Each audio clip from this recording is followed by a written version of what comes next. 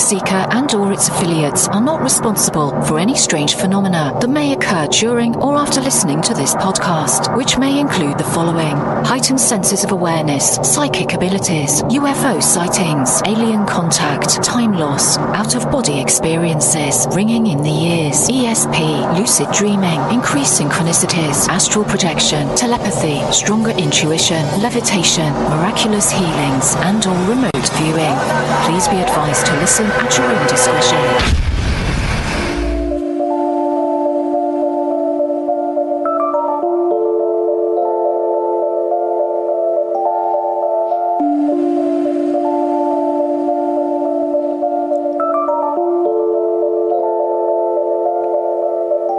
Won't you come and take me away?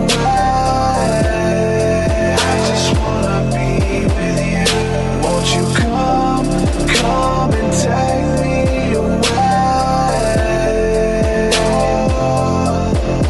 To a place to walk on troubled seas, faith to stand when I don't believe. I just wanna be with you. Won't you come and take me away. I just wanna be with you. Won't you come? You are now locked into the Truth Seeker podcast. Gargoyles, psychics, everything's ungodly. Dark Savage. Streaming live at truthseeker.com. She's not a Christian.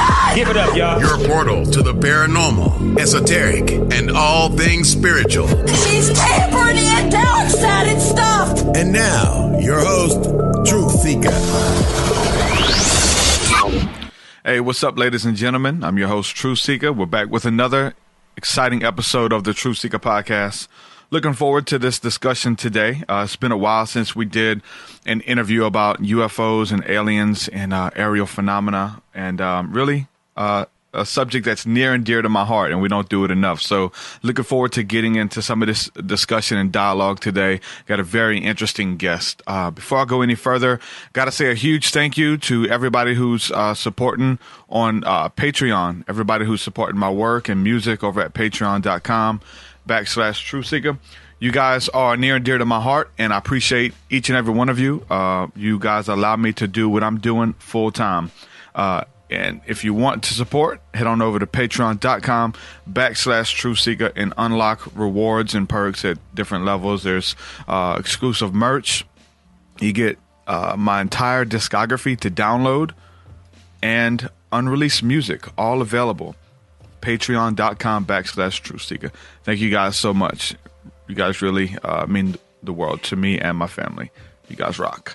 So without further ado, I'm going to bring my guest on, Chad Meeks. What's going on, my friend? Derek, I guess it's Buenas tardes in Mexico. Good afternoon here. I guess it's 10 o'clock on the coast, and you are over around 12 o'clock. But anyway, happy to be here, Derek. 12 o'clock noon. Judging by the title of your book and upcoming film, Giant Rock, the greatest UFO story never told. The Audacity, the greatest UFO story that no one's heard, never told. What's up with the title, man? Oh, man. You know, actually, it was an actor friend of mine at the time that says, hey, man, this is the greatest UFO story that's never been told. And I said, well, let's stick it on the book cover and let's stick it on the movie. And we'll call that, the subtitle, Giant Rock, the greatest UFO story never told. But in essence, Giant Rock, which is a 9-story displaced boulder out in the middle of the desert, were actually carved out where my aunt, uncle, distant relatives, me, all used to live out in the middle of nowhere, about 42 miles outside of Palm Springs. And but it's a giant rock. And every year there was anywhere from 5,000 to 12,000 people that all came out there, all people who had experienced UFO abduction, had sightings, you name it. They all came out there and congregated at a place called Giant Rock.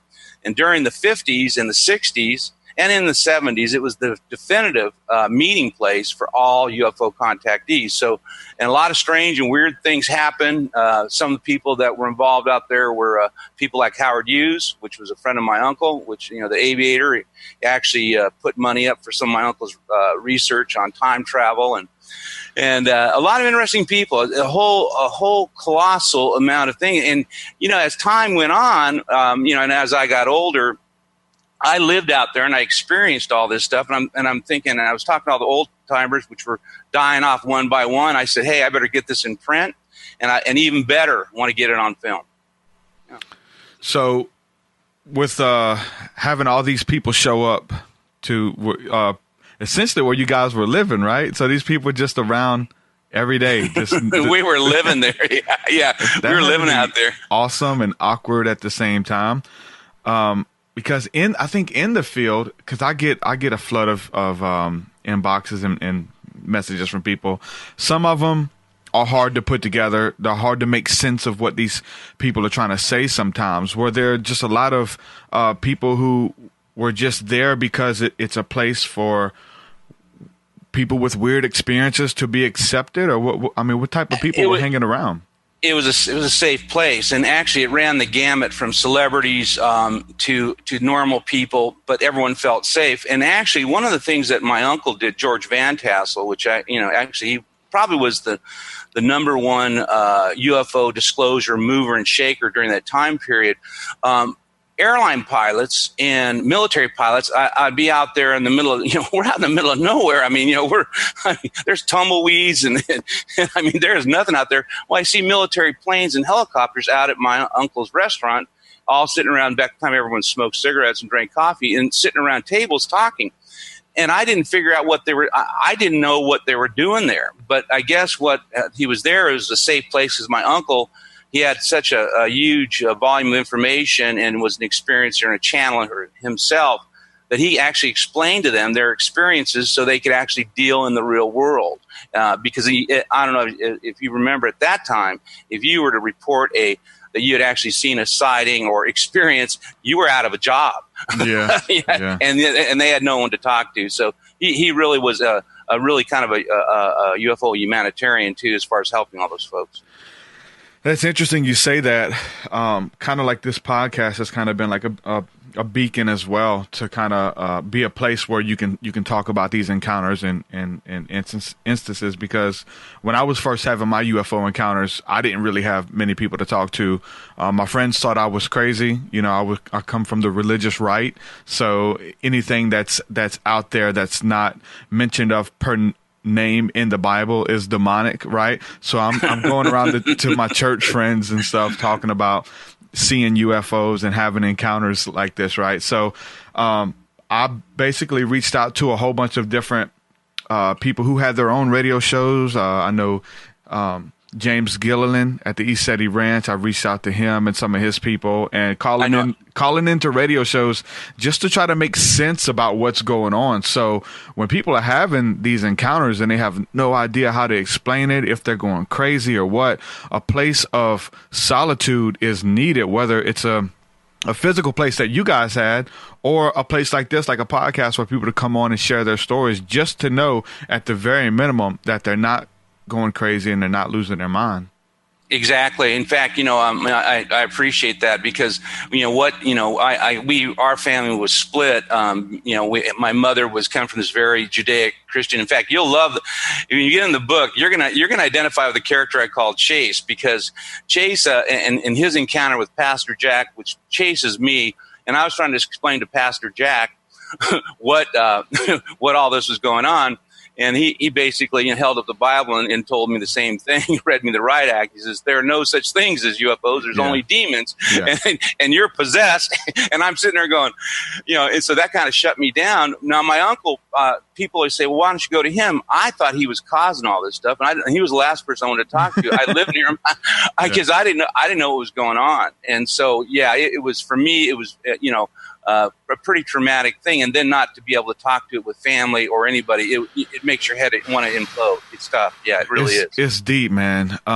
Because I don't know why, but as you're talking about this, I really feel like people it almost has the same sense of, and I hate to equate it to this, but like someone who's been molested or someone who's been touched or something, like they're ashamed to talk about it. They don't want to come out in the open. You can't just go to anybody and say, hey, did you know that this happened to me?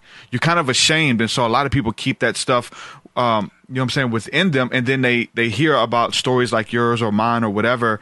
And then it creates this safe haven. And I think kind of the link back to the whole molestation thing is like what we're seeing now with celebrities coming forth saying, yeah, I was molested, I was touched or whatever. And not everybody's coming forth. Not everybody's doing it. Almost like what the whole deal with the UFO phenomenon. Now celebrities are coming out. I've had a UFO encounter. I've seen a ship. And it creates this safe space where it's okay to talk about this stuff. And I think it's really important, man. It is. Well, also, too, when you talk about, there's other things called like psychic molestation, too, where literally your chakras are completely blown out and literally, you don't know what's, you don't know what end is up. But here's an example. I mean, your whole perception changes once you have that. Your change for life indelibly. Like, for instance, I remember I had a balloon and I was with some family members and the balloon got away from me. And they go, why aren't you crying, little boy? And I said, listen, my father, he's going to come up, he's going to fly up there and grab that balloon. I actually believe that. I said, people, and I tell them, I was looking at a group of people can fly, and yet they kind of snickered and they're all kind of laughing at me. They just didn't understand that I knew that people could fly. Mm-hmm. Now they didn't know, but that's just a prime example as far as your perception, as far as a kid, it's completely different. Yep. It is.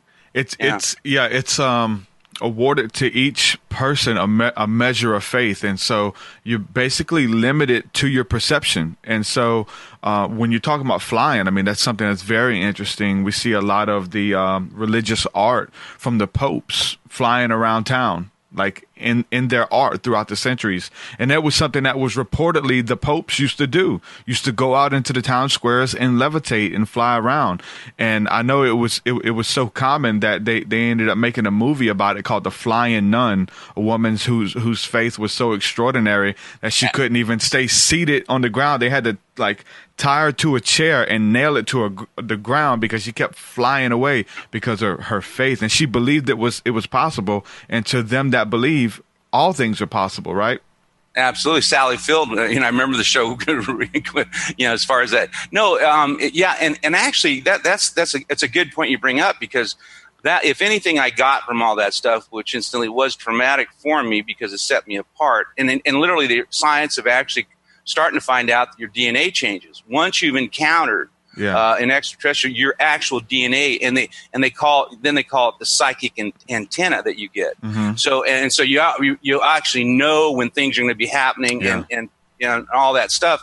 And people wonder, well, how do you know? Well, another little story I had is that there was a big jelly bean contest. There's a whole trash can full of jelly beans that I was at this rec thing around 11 years old, and you had to guess the amount or come closest to the amount of jelly beans, and and a number just came in my head of this, and it just came in my head, and it was to the letter. And then there was a big meeting because no one could understand how I knew the exact number. They thought that one of the people had given me the number. So it brings all kinds of interesting things and challenges to you, because people don't know how or why you know. And it's like, and then you don't even know. And then you question yourself. So it runs a whole gamut. So I'm very empathetic with, people who have actually had contacts. I've done, a lot of counseling over the years as far as with them, just to basically chat with them, talk with them, walk them through, let them know that they're okay. And the bottom line is that they have a right to basically tell somebody else about their experience without any kind of dispersion. So. Yeah. And that right there, because I've done some sessions as well, whether it's people who have like childhood trauma, wounds like that, or who have had extraterrestrial encounters as well. And I think the majority of just simply doing a session or something like that, or trying to bring healing or understanding, is just being there for them to talk to. Like Yes. the majority of the sessions is just listening and having a safe place where, hey, it's okay to talk about this stuff. Well, it's kind of like plutonium. I mean, you're really carrying around a lot of the information, of the ages, and it is, the information is of a different dimension. Even though, we live in a 3D world, and where it's all about the buck and this and this and this, and then you have this completely other abstraction of the whole UFO phenomenon. And it's like carrying plutonium or uranium inside of you. It's like, it just has to get out and you have to express it. I think a lot of people have had all kinds of very difficult psychological problems by not revealing to other people about this. Now, Dr. John Mack, he was a Harvard psychiatrist, and he did a lot of work with this. And he never, ever wanted to go into the whole, contactee UFO. He was out of Harvard. He was a psychiatrist, award-winning psychiatrist. Anyway, so he figured, as far as on the abduction side, that it was anywhere from up to between the years 1955 and 65 that there were over 2 million people abducted here. So the numbers are staggering, and actually his numbers are, I think, they're conservative as far as what the actual contact that people are having with both benevolent ETs and the more sinister or demonic type aliens. Yeah. There's like a bunch of places that we can go, especially with that statement. But I want to go back to the beginning, man. Talk a little bit about some of the first encounters that you've had with the other realms, like as a child. Well, actually, it's I come from a Judeo-Christian background and all that so I was the first one. This is where it all opened up. Is I literally stood on top of the my grandmother's old trailer, and I was just 4 years old, asking about, just starting to find out about God, which is pretty advanced for the years. And I lifted up my hands and I put a prayer and I said, hey, if there's a God, then please call my name. And I mean, within that second, I had this blasting going in my ears. It was like sounding like trumpets, and calling my name. So yeah, tell that to a psychiatrist. Anyways, so what did I do? I was on top of this old Airstream trailer, and my grandmother had a bunch of scraps and boxes. I flew off that little Airstream trailer onto there, and I ran into the house, and I hid underneath my grandmother's bed. So that was my first experience, and then from there, it was boom, boom, boom. And shortly thereafter, I had an abduction experience. I was teleported through a glass window in the same room with two of my brothers. I was brought in. They were the very, very the short grays. They stood around me, and they were communicating with me telepathically and doing their instrumentation and investigation, telling me not to worry, that I would never remember this, and that they had a job to do, and that I needed to relax and be calm. Which, again, big request. Number one, I never forgot it. The experience. I remembered I woke up with a severe high temperature, and I also stuttered profusely. I couldn't keep, and it lasted for about 6 months. I couldn't speak, so it had rattled my world. And and then that was the first, and that the abductions kept on occurring until I was about 10 years old, primarily out in the desert, and then actually even in the city. Where you'd have lapse time, where people would literally come up missing, and what have you. So that was a whole history of it. Towards the end, I stopped letting them. I refused to be abducted. In fact, I was on a swing set one time, and telepathically, it was a gray day. I couldn't see the ship, and they kept on saying, "Yeah, come with us," and I go, "No, I'm not coming this time." And so they started to pull my swing all the way up, and so my feet were actually flying in the air, and my hands literally got blood hanging on. And I said, I'm not going. And then it came right back down. And that was the last time I was ever physically abducted. Oh, wow. So that was it. So I did refuse. But before that, I'd have missing time. This also, too, ran in parallel with my cousins and brothers and sisters. There was a whole cluster of these kind of abductions. Some were more mischievous than others. But for the most part, no one died.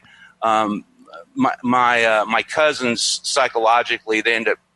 I had one cousin, he actually ended up killing himself because he couldn't handle all sensations and all this stuff. He was just one gigantic vortex of the stuff, and he eventually just couldn't handle it anymore. So he left the earth. So I was really sad. That was my uncle's. Grandson, Sean. And so, but his went on. His never stopped. So his abductions never stopped. So yeah.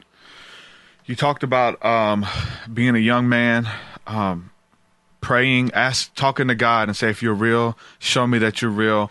You hear a voice in your inner ear, scares the mess out of you. I think there's a connection there, because I have, similar story of trying to find out if God is real. And if for some reason these E.T. beings are kind of connected. There's spaceships, there's ships that are in the night sky, that are in the day sky, that communicate with you telepathically, that sound just like you were describing that voice that you heard as a kid when you're looking up to the sky praying. Absolutely. In fact, my uncle has a description, which it's funny. I go to some of his books. He was a very prolific writer, and he was explaining that that some of the aliens, or group aliens, they use a thing called an Ediphone, and that when they watch us from a very long distance, they can see our every move, and at times they basically will send an omni being with a message inside of your head, and that's how But when you're young and what have you, you don't know everything's pretty simple. There's God, Jesus, et cetera, et cetera. You just think everything's coming from God, but it could have, it was in fact a message that, these beings, basically embrace that. So that's what started it. And that's what starts this whole physical transformation as far as that. Whenever you have communication with the super sensible world, it changes you. It changes your DNA. So that's kind of what happened. And no matter how far I'd want to run away or hide from any of this stuff. That's the other thing too, is that you may you can run, but you can't hide. And I used to sit. My uncle was on the television. I used to sit with my buddies, and this is back in the when I kind of got a little bit older, 16, 17 years old. My uncle would come on TV and talk about all this stuff on Discovery Sunday or whatever, and amidst the partying and festivity, everyone would go, "Oh wow, this is the coolest thing I ever heard in my life," and I just sat there, mute. I did not want to go into it at all with them. So it's kind of because I was so caught up in trying to be normal, So it was, but normal, that normal wasn't for me, no matter how hard. But also too, in my career, listen, I ran oil and gas companies, I've done investment banking, I've been on the financial world and all that stuff. But it wasn't until I got, older and a little bit more relaxed subject matter. And now I don't have to hide any of this. I can basically be direct and kind of let all this stuff go. And I did so with both a book and a screenplay. So, yeah. Talking about the different good and bad aliens, or good and bad ETs, or angels and demons, whatever we want to categorize them as. Back in the 80s for me, but even before, you heard all of these, I guess the 90s too, the abduction stories where people were taken aboard ships and done all this work to, and experimented on and cut open and had stuff put in their bodies, and a very horrific, terrifying experience, right? Listening to the majority of what I consider ET contact cases now, we don't really hear the term abduction anymore. Like, people were taken against their will. It's almost like there's a longing within people to touch the divine, or to know that something out there that's godlike or greater than themselves exists. And so whenever people are having contact now, they're calling themselves contactees versus I was taken against my will and things like that. And I know some people, we mentioned James Gilliland talks about that a lot of these bad ETs or the bad grays are kind of phasing out. What do you feel as far as the difference between where we started with the abduction scenarios to where we are today?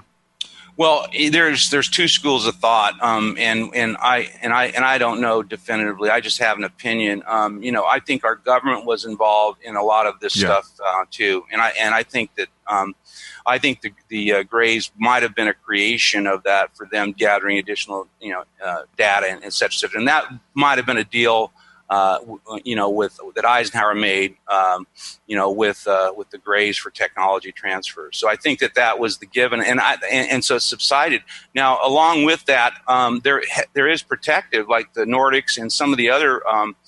They're protective, and they're the watchers, and they basically watch over and not allow us to get completely hammered. So I did sense that. That feeling of that goodness or divinity that was around me protecting me. Yeah. But I did feel it. But at the same time, what I was seeing, and it was just so surreal and made no sense at all comparatively to my to my regular world. Is just really it's a phenomenon that it's so hard to describe. I've also had some very, very extraordinary experiences. One I was brought, and I believe that they were with a divine entity. They showed me. They showed me how everything works. As far as that, they brought me to this colorful molecular wall, and I was very, very depressed at 12 and 13 years old, and I was contemplating killing myself too. But I was whisked off to this place and shown and said, hey, and they showed me a bright light. And he says, well, and it was way down low. And he says, this is where you're at now. He says, he says, and then they showed me a light which was higher and a more, the lights were radiant. He says, and this is where you need to go before you leave the earth. Okay. This is where you need to be. And he says, and I was told, don't ever think about taking your life ever, because this is what your destiny is. So do not get in the way with this. So yeah, from that part, the strength. Granted, I had some bad ones, but I also had some really good ones. I also had spontaneous healings. Yeah.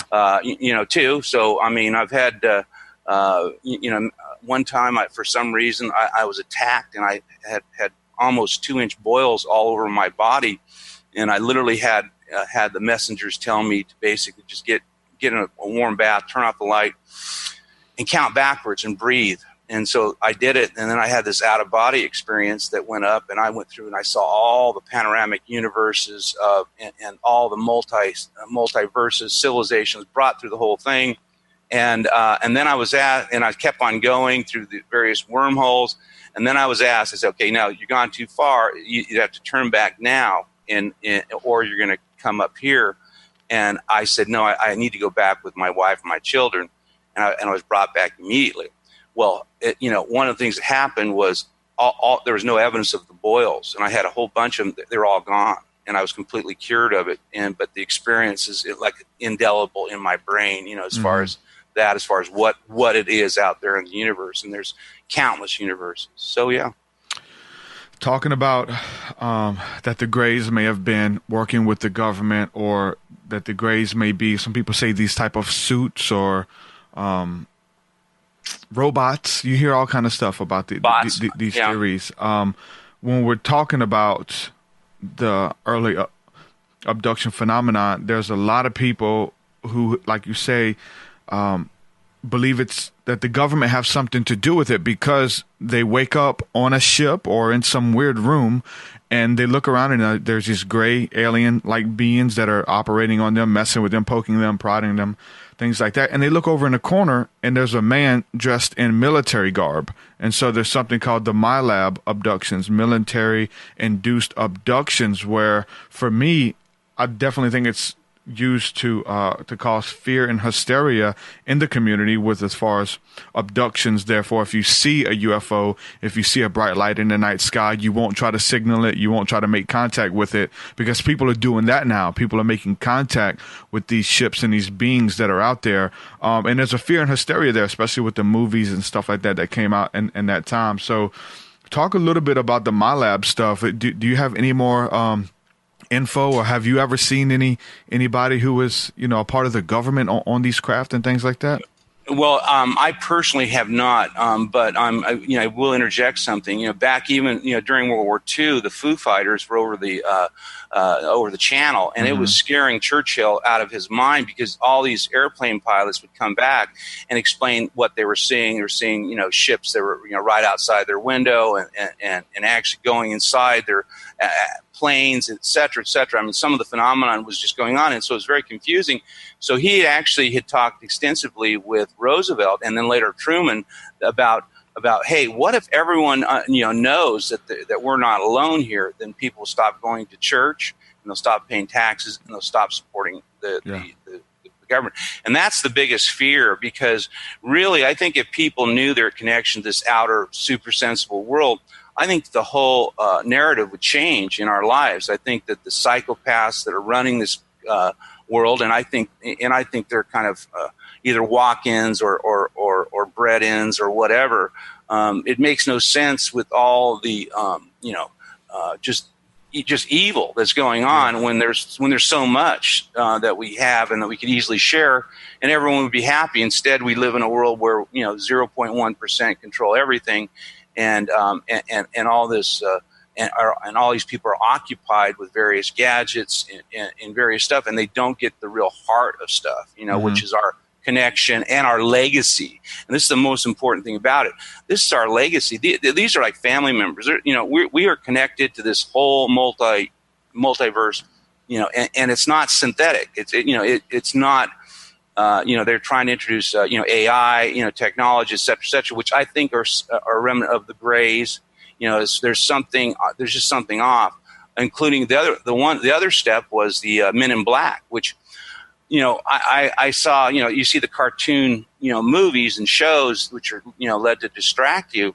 And as I'm watching that, I had a neurosurgeon whose dad worked with my uncle on time travel, and he had actually witnessed the Men in Black. Now, this guy, very, very, very renowned neurosurgeon, contacting, was talking to him, and the Men in Black came to his house and told his father, who was a scientist, who was a physicist, to stop working with George Van Tassel, or that they'd come back and kill the entire family. Well, that's kind of real stuff that I have been accustomed to, and they say the Men in Black are also military agents also. Mm-hmm. So, again, this is all conjecture, and we're getting more and more stuff. But I just know, when I talk to people and based on my own experiences and things like that, when I hear something about the labs and all that stuff, it adds credibility to it. So definitely. Whenever you first came out talking about this stuff, I think kind of how we talked about a while ago, how people are freaked out, they don't have nobody to talk to, things like that. You kind of come from a place where it was okay to talk about this stuff, and it was welcomed and even applauded, I guess, with your uncle, right? People are like, he's almost like a celebrity. So whenever you started talking about it, did you get any backlash? Were you embraced? Were you trying to piggyback off of his legacy? What type of feedback did you get on the early days of just talking about this stuff? Well, I've been talking to the old timers, and of course, for a long, long time, and I don't even know. In fact, I've had a lot of very weird experiences. I had a group out of San Diego, and I was living in Utah at the time. Called me up, and says, "Listen, we want to start your uncle's ministry and get this thing going." So they flew me out to San Diego and wanted me to restart that whole thing. And at the time, I was running mining companies, and I was in the material world. And I said, "Hey, you got the wrong guy." I said, "Hey, let me give you some money. Let me do something." I said, I don't want to be that guy, as far as that. So I've kind of had a connection, but I just kind of, when I came out, everyone started warning me. Says, "Aren't you afraid?" Yeah. And I go, listen, I'm a little bit older. My kids are raised. I said, it's the time to be me, and the time to basically speak my truth. Yeah. And and I'm going to do everything I can vis-a-vis books, movies, whatever. As far as that, and I was a direct witness out there. At Giant Rock, I lived out there, and I experienced all this stuff firsthand. And I'm probably the only one in the whole entire family that has taken a public profile. And I thought about that too. A couple of things. Why me? And then you get into, well, why not me? And I kind of feel it's kind of my job to share my experiences and the experiences of others, to basically make people feel that they're not so odd and make people feel comfortable. And that's the biggest purpose. Now, also too, even when I was writing the book, and which was a great experience, I was writing the book down. I had this amazing, just epiphany, and it says, this is by far more than a book or a movie. this is so much more important. And so just go with it wherever this takes you. And that's kind of what I'm doing. So yeah, there it is. Did you feel a sense of guidance while writing the book and getting those stories out and reliving them? Like, we want you to tell this. Oh yeah, no, Derek, yeah, absolutely. That was so. I mean, literally, now at first, here's my cowardly strategy. I'm just going to write a book about my uncle Frank Kreitzer, all the big timers, et cetera, and I got down there and I was writing like one or two words. I mean, it was like I had bricks on my hand as far as that. And I had this. My uncle, he sends stuff to me and he says, hey. He says, you write this story however you want. He says, as far as that, is make it interesting, make it colorful. People can go on the internet and figure out what they want to figure out about this. They're all going to have different meanings, but you just write it the way you want it. And I mean, dude, the thing was just, it was like lightning. It was like, so then I said, but then I got to say, okay, there's something missing here. And that's when I introduced a character named Chase in there. The story was me. What was missing in the story was me, because I'm an extension of that legacy. Mm-hmm. And also too, there's other parts, like I have an assistant producer that I've worked with. Him and six of their friends, they had an abduction experience out there in 2003. So I had to get that in there too. So so kind of make it all contemporary. It's either a trilogy or probably a 2-season Netflix, equivalent. But we'll see. Yeah, we'll see. Yeah, so. Definitely, bro. So in the end of everything, I say the end because I know your story's still unfolding now, and it's still as long as you're an open conduit and you've already put the book out and you're working on the movie, like. There's definitely more to come, especially when you're open to receive and they've been working with you.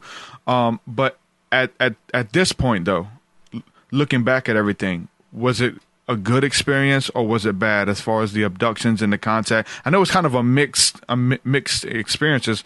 Would you welcome it? Was it good or is it bad? Would you not wish this on anyone, or what? I mean, what's the bottom line, the feeling when you look back. What's the feeling? Right. All the above. Actually, it's all the above. I've got kind of worked with all that stuff, but yeah. But today, first of all, if I wouldn't be me. I wouldn't be who I am, mm-hmm. and I happen to like me. As far as that, and I've survived a lot of stuff. As far as that whole thing, and those experiences made me stronger. Granted, it was a really a difficult situation on a lot of things, but they made me stronger. It made me a better person. They advanced my intellect. The stuff the gifts I got along with it. It's like everything. There's this good, there's good and bad with that whole thing. And, like in information and knowledge, unless you can adapt to it and make use of it, it can be dangerous. Yeah. As far as that. But fortunately, I've kind of had a guiding hand from the people that have passed on, and there's a whole group of people, and they're in the thousands that want to see this thing done, and they're still pushing, to get it done. And there are also forces out there pushing this not to get done too. Incidentally, it's not. There's you can tell. There is a whole thing. People are scared of this information, just like they're scared of everyone's individual stories. People don't want to hear this, but they're going to hear it, and and it's growing and growing. In fact, the amazing thing about it is when I started this thing, which is really, I copyrighted the book in 2012. When I started to write it, 2012. There was all this explosion of all of this, ancient aliens, all this stuff. Yeah. So I guess it was the right time for me to come out. It's kind of like, I also kind of equate it to kind of like being gay or that thing. You kind of come out of the closet. Yeah. Here I am. Yeah, definitely. Those early years, whenever you first started talking about it, did you? I know you said you was accepted, you was embraced, but you felt like you were led by that higher power. Would you equate it to the same thing as the God voice early on, or do you have to discern the two voices and kind of figure out what's trying to contact you, what kind of voices are speaking to you in your inner ear? You know what I'm saying? Yeah, no, I do. I was like, who's there? Who's saying this? And you're always, hey, listen, I always am questioning I'm always questioning myself. So, well, where am I getting that from, et cetera, et cetera. But what I've done is, over the years, I've kind of, I won't say anything in the terms of mastering it, but what I've done is I've accepted it. And so I said, okay, listen. And one thing I've become in my life is a good listener, and so I think that's part of the whole thing, where I listen to what's being told here. Now, I also too, I've also had to, when you get off the 3D world or the little mice trap, like for instance, I started a renewable energy college in the Midwest, and this was and eventually spent a lot of money. Became and it was an economic failure, but I had that whole thing unfolded to me, and as far as what it is, it's just, it may not be a success, but it doesn't matter. It says you need to be doing this, you need to be learning about all this other stuff. So it was a wealth of information, and I knew, I said, okay, I knew I'm kind of out there, but I did it anyways. Yeah. So and that's because I was listening to the Spirit. I was listening to whatever that was versus Jesus. I mean, how much cash am I going to make on this thing? Yeah. And eventually I get bought out. I eventually got bought out by these Mossback people out there. That as far as that, but and it turned out okay. But again, I keep on. I was asking, well, why should I be doing this if I'm not going to make a pile of money in this? He says, don't think about that. Just do what you need, do what we're telling you. And so I did.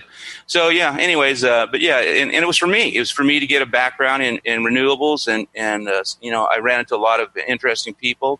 So it was part of my progression, so that's what you deal with, So. Whenever you're talking about having the spiritual gifts and psychic abilities and things like that increase with contact, which there's so much to go into on that, but I guess one of them that comes along that kind of fits in what we're talking about is the gift of discernment, to kind of be able to discern when something's about to happen. If something's good or bad, you can discern it. You get a feeling off of a voice or a vibration, or even a group of people. To walk into a group of people, be able to tell the intentions and things like that. So I think discernment is key, and it's a spiritual ability that we have to hone in and use and develop. But with that being said, with the discernment, and I know you don't want to really call any names, and I wouldn't expect you to, especially because you're trying to, make connections and you have a product that you need to market and things like that. But in the UFO community, is there people that you listen to their story, even some of the big names out there, when you hear them tell their story, you just kind of pick up on something like, they're not telling all the truth. They're kind of making it up as they go. There's some people, who you pick up on, and their names kind of push a red button for many people in ufology. Do you pick up on any of that at all? I do, and I've got a real problem with a lot of the, I guess they're experts, messiahs, whatever, and it seems like they want to elevate themselves and kind of lower everyone else. And I was asked to do a panel with a guy who's done some movies, and I'm not going to mention any names, and another guy that's on the lecture circuit and all that. And the producer out of Hollywood says, well, that'll help your book. And I said, I just don't trust those guys. Yeah. I said, I don't want my message to get, because my message is from the heart, and it's just what it is, and et cetera. But I do have this sense about some of these, it's somewhat exploitive, and I don't know what their motive is. It just doesn't feel right. So I kind of fade them and shy away from that stuff, and essentially just do my own thing. You know what I mean? Yeah. There's a bunch of those people out there, but see, I think they're in any niche, any arena where you get people in there and they kind of learn how to do it. They kind of learn the keywords. They what pops, what is almost clickbait as well. There's a lot of that right now. Whatever's hot at the time, they've got something to say on it. Well, actually, my uncle, most of the techniques, especially the channeling and things like that, my uncle, it was him and Frank Kreitzer that developed it, and actually down to the same words. And I hear the same story of my uncle through these other people without giving him credit. So that's another too. That's other thing too is these people.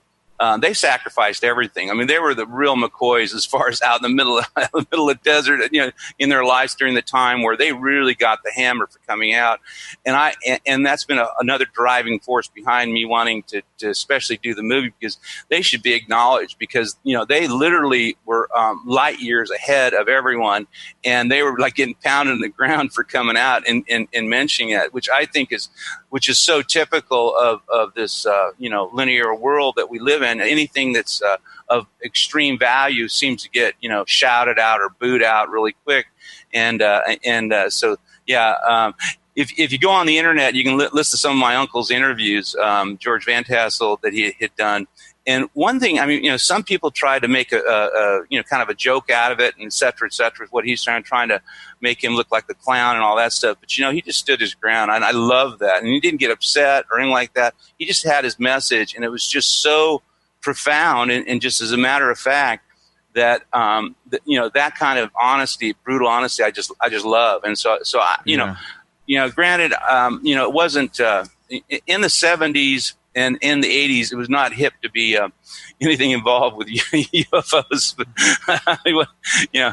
So, anyways, but I've always shared my stories with friends and shared my stories with other abductees. I've never hid that part. I just didn't come out to the public until a few years ago, and I don't care. I've had a lot of good times with some people. With some various radio shows, and I think, hey, skeptics are absolutely welcome. Yeah, I mean, they really are. That's the whole weird thing with the skeptics, and it's hard for me to even go down that route with them anymore, because I think they haven't had the encounters that you've had. I think once you've had an experience, exactly that kind of does it. So there's like. They say that you can't recreate the encounters, or you can't recreate the experiences. I think if somebody wants to, I think they're kind of honing in on how to make contact yourself now, like you said, with the channelings or like these prayers and meditation, to actually make contact with these beings, or with these, angels, whatever you want to call them. But it's being done now, and people can actually do it. So I think it's one of the things that if you want to know the truth, as far as even being a skeptic or an atheist for that matter, if you want to know the truth is really out there, and you can have an encounter, right?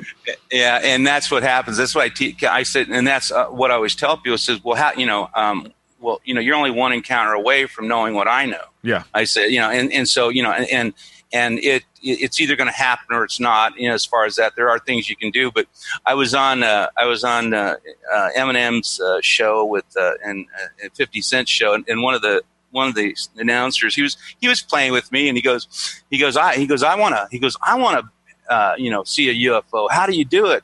And I said, well, you just go out the desert. I said, and you get on one leg and you sing and pray, and until one comes by. And he goes, well, what if that doesn't work? I said, well, you change legs. Yeah. So, but it was kind of the gotcha, and I've heard all kinds of stuff, one was, E.T.'s prejudice against black people. And I said, well, Betty Hill. I said, there's been so many encounters. I said, it doesn't really matter as far as that.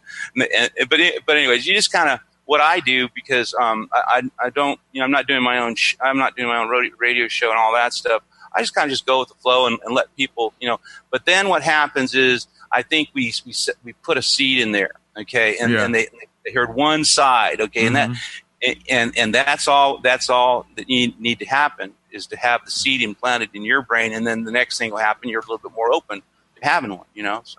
Yep. With the success of the book, and then trying to make it into a film, obviously, when you go from book to film, there's way much more details. There's way many more stories that you couldn't really add to a film per se, but maybe, like you kind of mentioned, a series, you can kind of get more of that. Are you leaning to, more towards the film being more of a pilot to kind of launch a series behind it, because there's just so much information and stuff that kind of comes with it? Yeah, I didn't, until the whole Netflix phenomenon. I wasn't really keen on the idea. My whole goal was do a feature film, then maybe do a sequel, and then do a treat, in which I'm still open to. It can go either way. But then Netflix comes out and all this the streaming stuff. I think, okay, I've got enough stuff for at least 16 episodes right now. Mm-hmm. So I mean, it's already done. And there's a ton more that can come as far as that. But the whole movie world, which I'm kind of in, kind of out. I'm an outsider still, and I'm not buddies with Steven Spielberg or anybody. Incidentally, my uncle was the creative consultant for Close Encounters of the Third Kind, so he actually was in on that too. But I'm not really friends with all the big money and all that. So I'm just kind of like a little fish trying to maneuver all this stuff and present it. Say, hey, listen, would this be a good idea? And then I look at Netflix, and I'm like everyone else. I spend an hour and a half looking for something to watch, and I think this would fit and be of interest to a lot of people. So that's kind of what. It's kind of weird because you got some that just kind of hit or miss, but the ones that are good are really good, and they can kind of go down as being classics. I mean, there's tons of classic UFO and alien films and movies out there now. What are some of your favorite from the early years? Some of the movies out there that just kind of, when you watch the movie, it's like it just became all too real, and it just kind of goes down as a. Well, I think there's probably two different categories though. Your favorite versus the ones that are real though. Right. My all-time favorite was Close Encounters of the Third Kind. I loved how they did it because that's actually in the timing and the setting as far as with my experiences. Yeah. There was that, but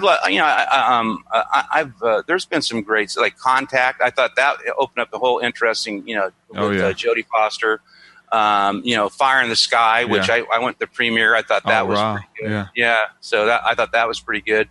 Some of the early 50s were way advanced. In fact, some of the segments like on Twilight Zones and there's a lot of really neat television that was actually. It's funny. I would think a lot more. It kind of goes in, it ebbs and flows as far as that whole thing. But what they did, they brought back X-Files, which I thought was really interesting. The thing went off, then it went to a movie. Now they brought it back into a series. Mm-hmm.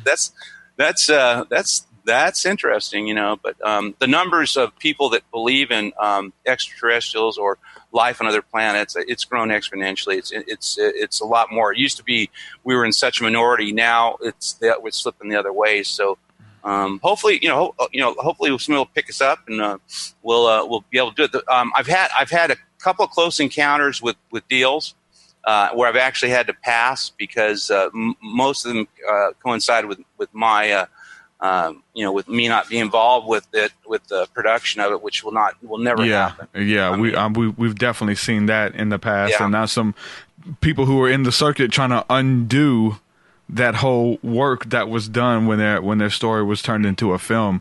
Now they're out there just trying to undo all the work that was done with the fear and hysteria aspects of it. And but there's a lot of people who have the integrity who kind of walk in that just, okay, we just need the story. We don't need jump scares. We don't need this kind of stuff. We need to make sure that the story's told in its light versus what sells, or like the horror genre is kind of the thing people try to go to. But there's a lot of people who have been approached with their story to kind of to sell it. And they won't because they can't be involved with it. So I think you're doing the right thing as far as wanting to keep the whole. There's a carrot in there too. I mean, what they want to do is they'll put the carrot. Well, we'll option it off. Well, the other thing too is and I've learned a lot. One thing I've learned a lot. I'm really glad I didn't actually produce it the first year I was out because I had to get a lot of information based. Like what the studios can do if they have a competing product coming out, they'll option your stuff up for $50,000. For 5 years, and meanwhile they're letting all their shows that are near and dear to them get out there. So that's a game you have to watch everything. Now, the smaller creator and producer is really getting a lot better chance simply because of some of the lawsuits. Because what they used to do is they used to take your story or make an assimilation of your story, would be almost yours, and then tell you, but the Disney, they've lost $100 million lawsuits. Warner Brothers has. So it's things have changed, but again, to get get some of the right people with the right cash to say, hey, listen, this has some sort of commercial or monetary possibility. It's a big stretch. It still is a big stretch. You always see that happen, man, whenever there's a big release about to come out. I remember just going through the video stores was the worst. Before the big film would come out, you would see all these other films that were knockoffs and just thrown together really quick. And that story was, that I guess everybody was anticipating was just changed, and people would watch these knockoffs thinking that the big release was already out. Have you noticed that? Like just tons of it. I mean, it still happens now, but we don't get the experience to kind of walk through the video store. But they'll put them on Netflix. You'll see it. You'll think it's the real movie, and like one word will be changed, and the cover looks exactly the same, and all of that. That's weird, right? Well, it is, and I've seen that, and then they seem to, well, Netflix, they're content providers. I mean, and like I said earlier, I guess the average person, it takes them a half hour to 45 minutes to find something they want to watch on Netflix. I'm bad about that. Yeah. But what they do is they're always under pressure to provide content, and so some of the stuff that they put 5 stars up there, which is the other nonsensical lie on Netflix, that you get up there and think, what? I've kind of, I'm here for the long haul, and I'm definitely going to be thoughtful. I've got legacy issues with this whole thing. In fact, I tell you, I lost a deal, and I lost a deal, and really we were actually kind of getting into pretty close to production. We had actually department heads set up, a couple of producers from Warner Brothers that took a keen interest, and he had a dream. And one of the things I knew I was in trouble, and he says, well, I got to change this part of the script. And I go, well, what part do you want to change? He says, well, I want your aunt and uncle to have a fight at the restaurant, and I want your aunt to get in a car and drive away mad, and then I want you to get your uncle in a plane and run her off the road. And I go, that they wouldn't do that. That's an embarrassment. I use another expletive, and oh God, did that cause a ruckus? Anyway, so then they all said, and this is when it got really weird. And I thought, this was strange. They all said, well, we're going to have a meeting on next Thursday in Hollywood, and we're going to get you, we're going to get you straightened out, or we're not going to proceed. And I thought for a minute, and I go, well, let's not proceed right now, and that was the wrong answer.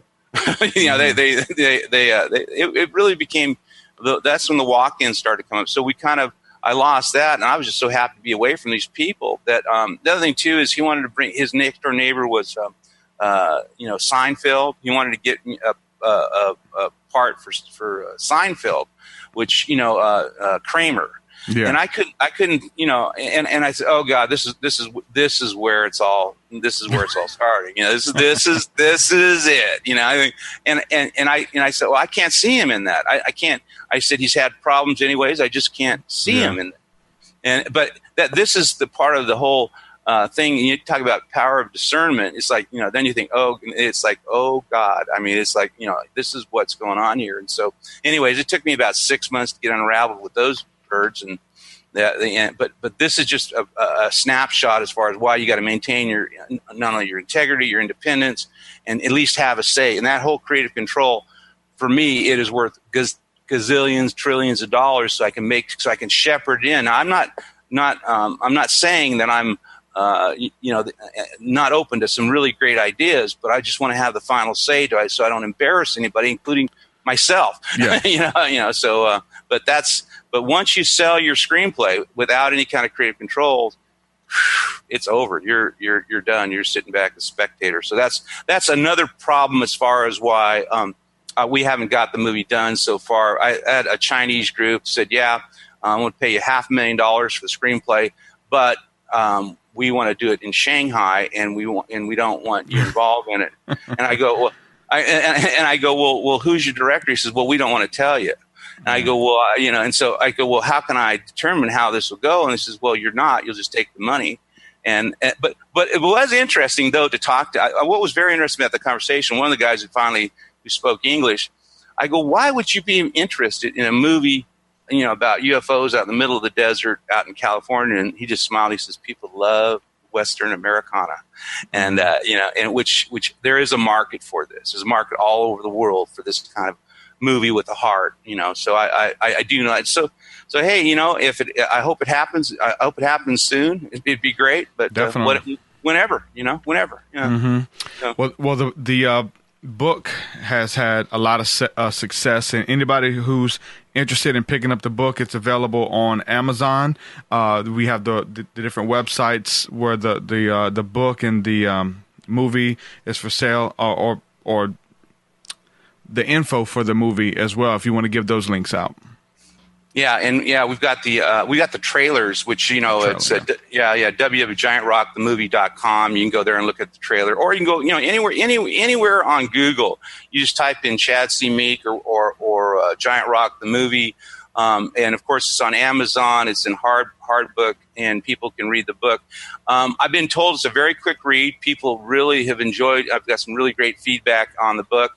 So I'm still excited for people to hear their responses after they read it, because a lot of people, the comments I get is, well, I experienced that, and I experienced that, and I thought, oh, cool. That's what it's supposed to do. Mm-hmm.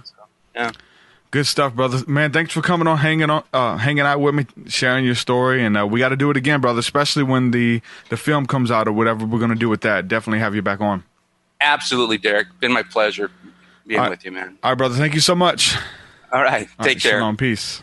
Bye-bye. Chad Meeks, ladies and gentlemen. Giant Rock, the greatest UFO story never told. Good stuff.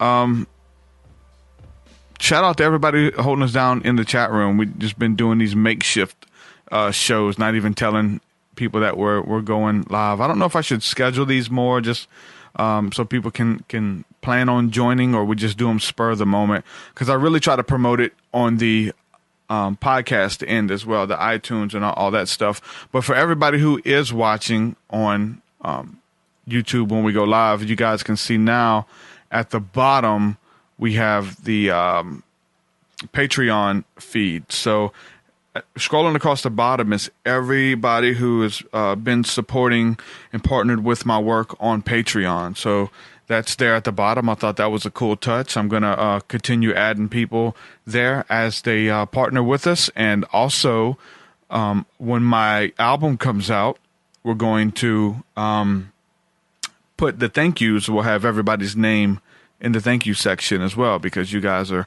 helping me fund the work that I'm doing there with the music and funding that whole project. So more new music to come very soon. And if you want to partner with me, you can head on over to patreon.com/TruthSeeker and sign up for any level of giving. Any level is fine. All of it is appreciative, whether it's $1, $5, $10, $25. And there's different levels of giving. There's different rewards and things that you can get by supporting as well. Some really cool t-shirts that I just sent out last week that people are starting to get now. Starting to get a bunch of pictures with people wearing their new t-shirts that we designed for the $25 patron level. So just acknowledging everybody in the chat room. Be Easy, Keyblades, which is Michael Basham, Christy, how you doing?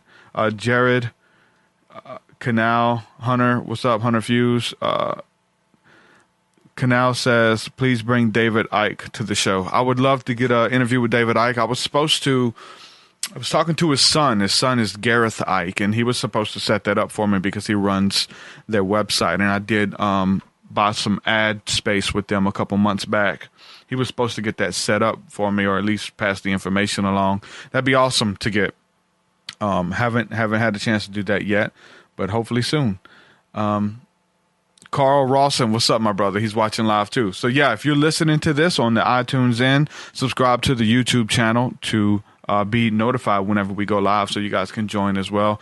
We got the chat rooms open, and we also have the phone lines open as well. So we have the ability to take callers if anybody wanted to call in and say hello.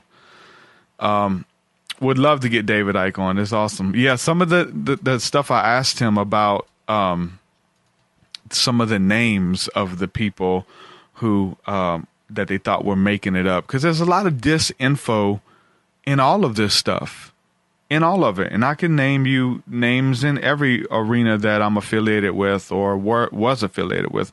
As far as the religious circles, you know, some of those people who are making it up as they go along.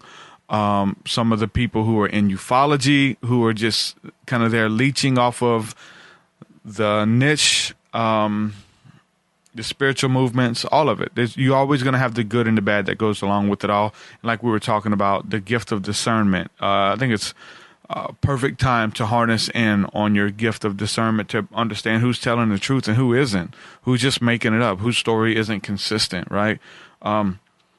Big shout out to Michael Basham for helping me get on the Fringe Radio Network. I'm now partnered with those brothers over there, him and Johnny Iron with the Iron Show, and most of the people who cover these fringe topics that we talk about here from a Christian perspective, they're all on the fringeradionetwork.com. You guys can go there and subscribe to all the podcasts that they have over there. I think Lynn Marzulli has some stuff over there.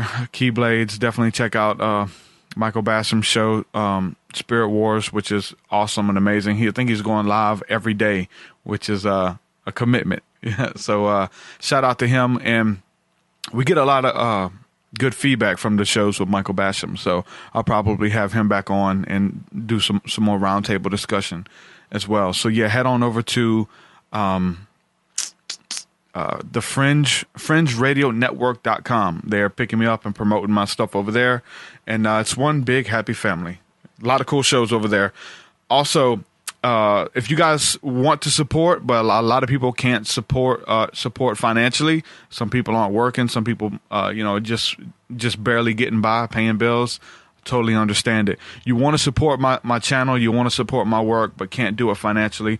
First of all, sharing totally helps everything. Like just sharing the podcast, sharing the video, sharing the music, everything that I'm doing, share it on social media helps 100%. I see a lot of it. I do see a lot of it.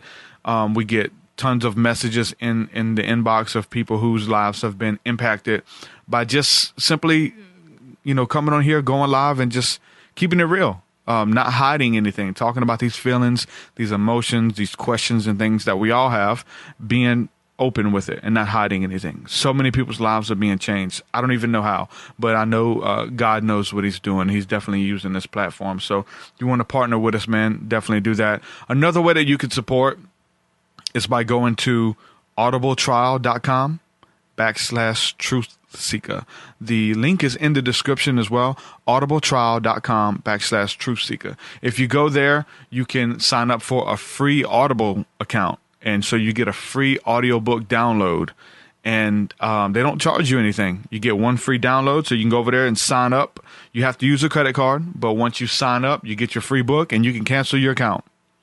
Sign up, get your free book, cancel your account. That's all you do. You will never be charged. So head on over to audibletrial.com/truthseeker if you want to support that way as well. And they are affiliates and they have a great commission. So for you guys going over to do that, it really helps. That's why I'm saying it. Go to audibletrial.com/truthseeker. And you don't know what books to get, you're not really interested, check out The Final Quest by Rick Joyner. The Final Quest by Rick Joyner. That's an amazing book. It shows a great picture of the spirit realm from a Christian perspective. It's a revelation that he had while on sabbatical in the mountains, and these pictures that he's seen in these visions, man. You're talking about making something into a movie. That would be amazing. He's visions of these different demonic armies who are fighting against angels and warring over the souls of men. And I know one seems graphic, but he talks about seeing people demonically oppressed and demons flying over humans and demons riding on the backs of humans, controlling them and oppressing them. And it almost sounds like something out of the Lord of the Rings, but from a Christian perspective, and how the battle that's being fought in the spiritual realms. You could download that book. I'm telling you, that's like a must. That book will take your spiritual walk to the next level as far as being able to see in the spirit and how things operate. And I definitely vouch for that one. Another book that I promote definitely is The Alchemist by Paulo Coelho. That book changed my life. It's changing many people's lives who read it. My friend Drew Gower just lost over 200 pounds. I say just lost. It's been a journey for him, but that book lit a fire within his heart to pursue his dreams. And the person in his dreams wasn't 400 pounds anymore. So that book itself is a magical book that has a lot of allegory and metaphors about our life. And the book is essentially about us when we read it. Much like the Bible, it's not telling the story of these other people, but it's telling our story. And powerful book, The Alchemist by Paulo Coelho. If you're stuck, you feel stagnant, you got dreams that you want to achieve, something that you want to be doing full time, trust me, read The Alchemist, and you can get it for free by going to audibletrial.com/truthseeker. Check it out. I love each and every one of you guys. I'll be live again tomorrow. I got another show coming on. Adam Starseed Bay says, "What's up, brother? We'll have to watch this later."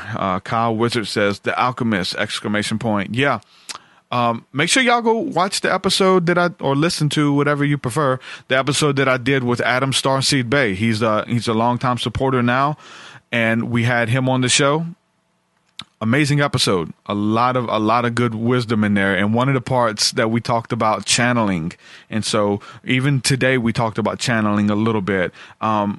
As far as being a skeptic, I'm a skeptic of some of the channeling stuff. And if you go back and listen to that episode, and I may make a snippet of it as well, but go back and listen to the episode I did with Adam Starseed Bay, and there you'll hear me talk about my skepticism about channeling. And I think it was in a good light, though, not in pointing fingers and accusing people, but in a good light of what channeling really is. And this is just something I'm bringing to the table, and I want to do a deeper study and breakdown on it. So make sure you listen to that episode. And so, yeah, Kyle, I love you too, brother. Shout out. Shalom. With that, I'm going to say peace and shalom. We'll holler at y'all later. Peace, peace. Your way is so much higher than mine. So much higher than mine. So much deeper than mine. So much deeper than mine. Well, that does it for this episode, folks. To hear more episodes of the Truth Seeker podcast, head over to truthseeker.com. And if you're wanting to support the show and get rewards, go to our Patreon page at patreon.com/truthseeker.